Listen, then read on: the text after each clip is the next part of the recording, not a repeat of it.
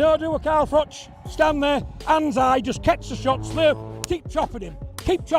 Little punches like that, little bang. I'm messing with big strong animals, ponies, I'm pulling and ripping while they're on the YouTube doing all this.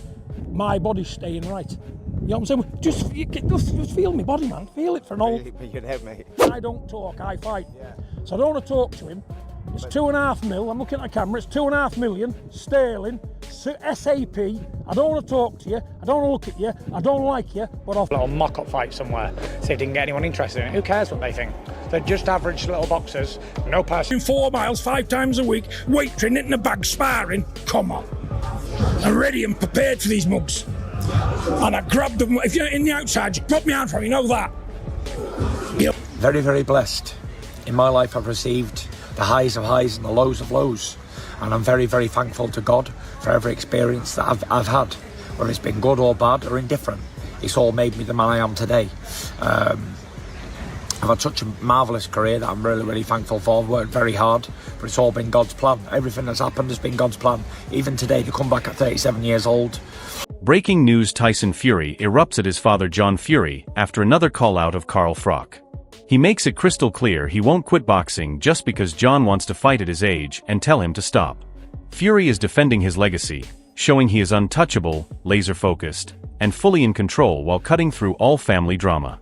To win them all back again, be fantastic, you know, to get them all under one banner again for the first time in 25 years. There's been a few heavyweight champions in that 25 years who haven't managed to get the undisputed since Lewis and Holyfield fight. So it's a very special moment, especially for heavyweight boxing. It's God's plan and God's will, and we will see where it takes us, no problem. My last 2 fights, I didn't get the result I was after. Alexander got the results over me. Fair play to him and his team and everybody around it. You know, it's life lessons. In this life, you don't always get what you want. You don't always get what you think you want and think you did enough to get. However, that's where it stays. You don't hear me crying and moaning about, oh my God, he cheated. Shane McGuigan explains how Tyson Fury cleverly managed his father John Fury's involvement, using him to create noise and chaos without losing focus. Tyson doesn't need distractions in this fight and knows exactly when to step in or step back. This shows Fury's brilliance and control both inside and outside the ring. Tyson, I think, used his dad to keep him involved and as a infiltrator, you know, someone that can shout and scream and cause a bit of chaos and unrest, you know. And I think like he doesn't need that in this fight, so he might make a U-turn. Tyson Fury lays it bare, revealing his focus and unmatched mindset. He surrounds himself only with trusted people, cutting out distractions and drama. This is the mind of a champion who controls his lane, ignores the noise, and stays laser-focused. Fury's discipline and self-reliance make him untouchable in and out of the ring. I don't have people around me, never have and I never will, because I'm a psychopath. I can't have 1 million people around me because it doesn't work. I just have the same old people I've always knew, that's it. I'm not interested in making new friends, I'm not interested in what the next man's got, I'm not interested in what the next door neighbour's doing, don't care. Keep myself to myself. John Fury fires back with his own words, but Tyson Fury's focus remains unshaken. While John vents and airs grievances, Tyson stays calm, disciplined, and fully in control. Fury's ability to ignore the noise, block out distractions, and remain laser-focused is what separates a true champion from the chaos around him. If you can't show your father respect when it's needed, keep going. I don't need you. I don't need him and his millions. I need nothing off him. I wish him well, but he's put those people before me, his blood father. That's hurt me like you wouldn't believe. So, they can jog on. Yeah. And I mean that. John Fury doesn't hold back, openly criticizing the squad and the technical skills of those around him.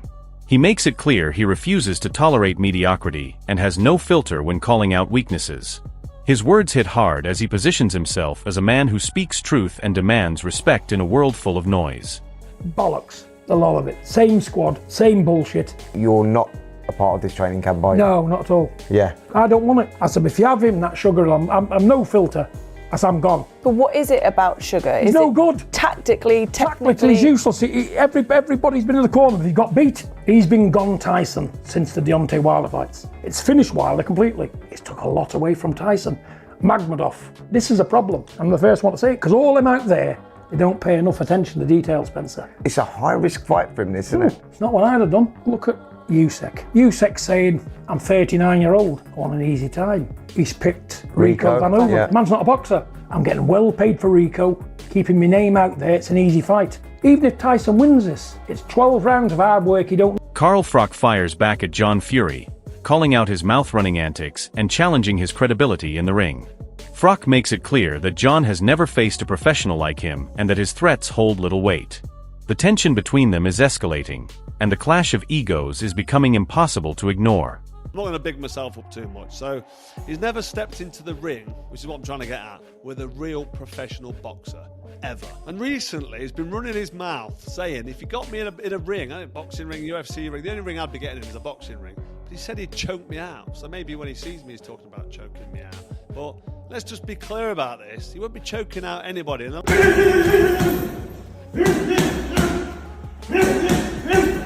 Big John Fury is laying down his credentials and making it clear that his experience in the gyms is unmatched. He's confident that no one can compete with him, signaling that when he steps up, everyone will see the depth of his knowledge. The bravado is classic John Fury, and the challenge is loud and clear, leaving everyone wondering what will happen when he faces someone willing to step into his world. You know what I'm saying? I've been around the gyms all my life. I've come off 200 years of knowledge in my head. These people can't compete with John Fury, and you'll see it on the 20th. Joe Egon doesn't mince words, branding John Fury as a bully while praising Carl Froch's legendary career.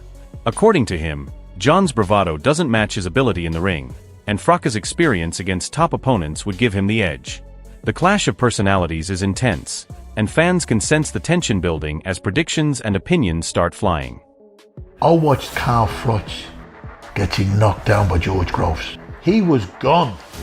Carl Froch has an incredible will to win. The fights that he's had with the great champions. And he's come out of the sport intact. For John Fury to be calling out Carl Froch on his opinion. Because Carl Froch is entitled to give his opinion in boxing. If you can't have freedom of speech, what was the point of these men and women dying in the world wars, giving their lives in vain? What do you think would actually happen if John Fury and Carl Froch, as he is, Carl Froch could stand there and say to John, I'll give you 2 free shots, John. Hit me with your right hand and hit me with your left hand. Johnny Nelson highlights the entertainment factor, noting that John Fury succeeded in creating buzz. While Froch is expected to dominate if it comes to a real fight, John's antics have stirred excitement and got everyone talking. The build-up shows the importance of drama and spectacle in boxing, and John Fury knows how to make himself a headline act even without stepping into the ring. Carl Froch. You want to watch Froch on fighting, because I'm quite sure Carl's going to rip the life out of John after today. I think John did the job. John did the job and got the excitement going, got people talking. That's exactly what he did. Lame Goff paints a vivid picture of John Fury's confrontational style, showing him charging at Carl Froch and making his presence felt. Despite past defeats in the ring, John never backs down, always full of fire and drama. The crowd sees the spectacle, and his boldness keeps fans engaged, highlighting John Fury's ability to create chaos and command attention wherever he goes.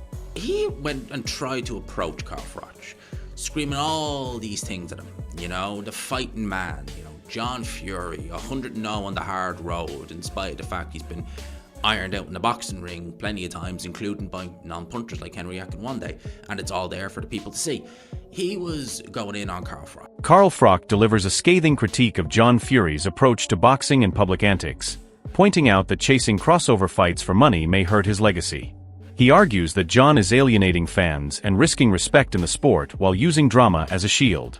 Froch frames his comments as a warning, highlighting the tension between entertainment and true sporting integrity. This exchange shows the clash of personalities where John thrives on chaos, but Carl is holding up the traditional values of boxing.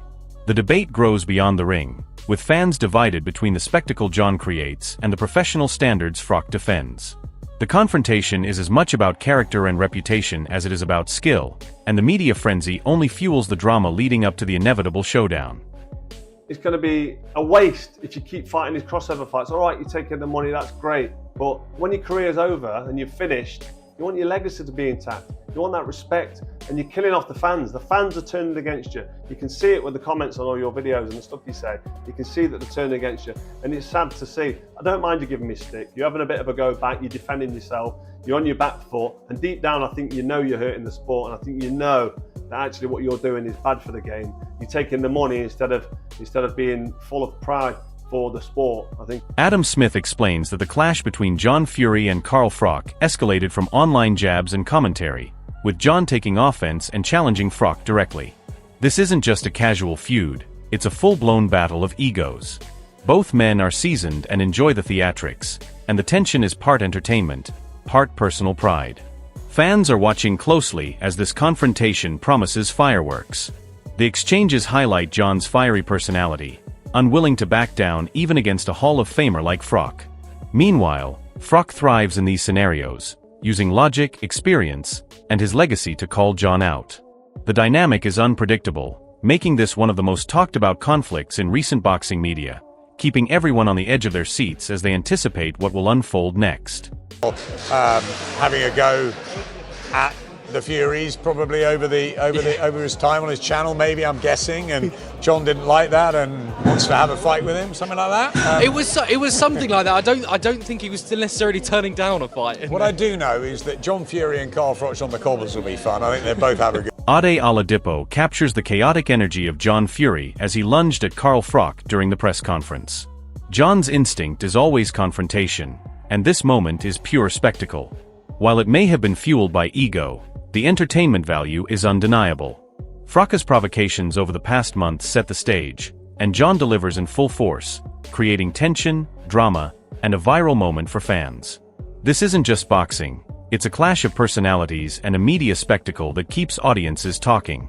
John Fury's unpredictable behavior, combined with Froch's composed retaliation, makes this a story about character, reputation, and raw emotion that goes far beyond what happens inside the ring. Fights. I mean, John Fury looked like he was trying to fight Carl Froch. Obviously, Carl has said a few things about John Fury over the last few months, and John Fury, being John Fury, went straight for him.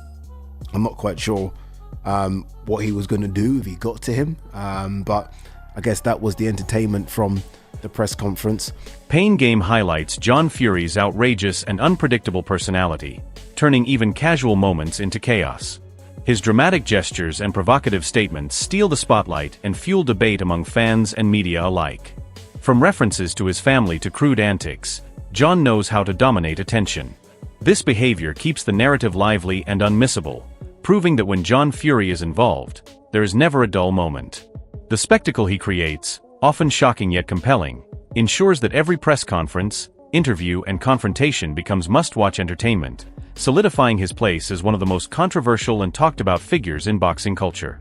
Father of the king of the world. I think he's referring to Tyson Fury. You know, when you have kids, you know, most people, when they want to talk about their children, they might pull their mobile phone out and show a few pictures. Big John just shows his balls. That's where they came from. If there's anyone who needs a Manscaped advert, it's fucking John Fury. The saga between John Fury and Carl Froch has reached fever pitch, and fans cannot look away.